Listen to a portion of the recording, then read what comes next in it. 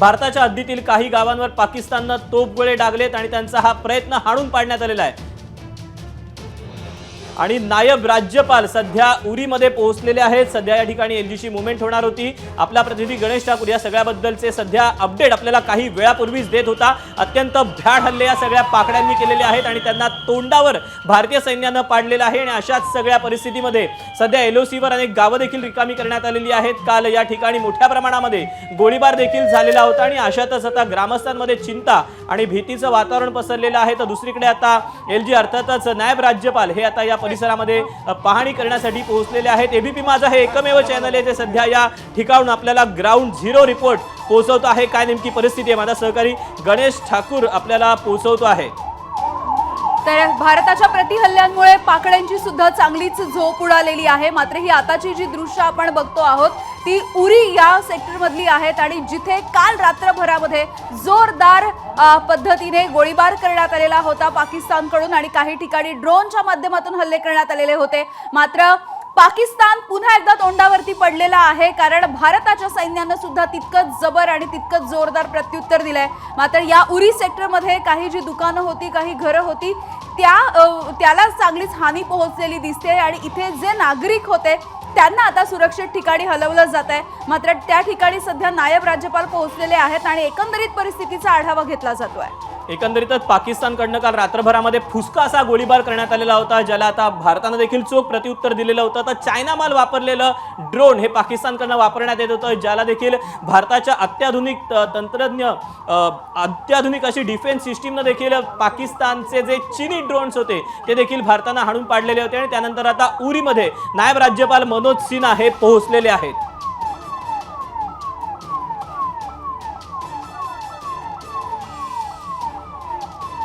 दरम्यान उरीमध्ये नायब राज्यपाल पोहोचलेले आहेत। या सगळ्याबाबतचा आपण ग्राउंड झिरो रिपोर्ट पाहूया गणेश ठाकूरकडून। आपण पाहू शकतो इथे ज्या काल रात्री पाकिस्तानची शेलिंग झाली होती त्या हेवी शेलिंगमध्ये इथं अशा दुकानांना मोठं नुकसान झालं। एक शेल इथे येऊन पडलं होतं आणि ह्या शेलमुळे इथं कशा प्रकारचं नुकसान झालं आपण पाहताय। एक दुकान पूर्णतः क्षतिग्रस्त झालेलं आहे। अशाच प्रकारे कमलकोट उरीच्या वेगळ्या सेक्टर्समध्ये इथं शेलिंग झालेली होती आणि ह्या शेलिंगमध्ये पूर्ण नुकसान झालं। हा सिव्हिलियन एरिया आहे, त्यावेळेला कोणी इथं नव्हतं म्हणून जीवितहानी किंवा कोणालाही व्यक्तीला यामध्ये नुकसान झालं नाही। पण दुकानाची ही परिस्थिती पहा, कशा प्रकारे ह्या शेल्समुळे सगळं बर्बाद झालंय। इथली सगळी व्यवस्था आपण पाहू शकतो। इथं आता सिक्युरिटी फोर्सेसनं कंट्रोल घेतलेला आहे, एलजीची मूवमेंट आहे, कमांडोज इथं आहेत आणि या आत परिसरामध्ये जर पाहिलं तर इथं मोठ्या संख्येनं नुकसान झालेलं आहे। पुढच्या कमलकोट सेक्टरमध्ये ही शेलिंग काल केली गेली होती, आर्टिलरी फायर्स केले गेले होते आणि यामुळं उरी सेक्टरमध्ये प्रचंड भीतीचं वातावरण आहे, तणावाचं वातावरण आहे आणि पाऊसही पडतोय। काल 8 तासाची शेलिंग म्हणजे काय असतं इथल्या लोकांना मी जेव्हा विचारलं तर ते म्हणाले कोणालाच वाटलं नव्हतं की ह्यामध्ये ते वाचू शकतील, कारण इतके जोरदार बॉम्ब म्हणा किंवा आर्टिलरी फायरिंग होत होती।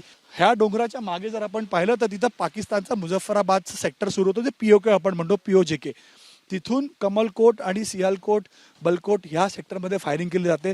म्हणून काल सुरुवातीला फायरिंग झाली ती हाजीपीर सेक्टरमधून झाली आणि नंतर जी फायरिंग झाली ती कमलकोट सेक्टरमध्ये त्या पोस्टमधून झाली, ज्याला पांडो पोस्ट म्हणतात। ते पांडो पोस्ट पाकिस्तानच्या अखत्यारीत येतं।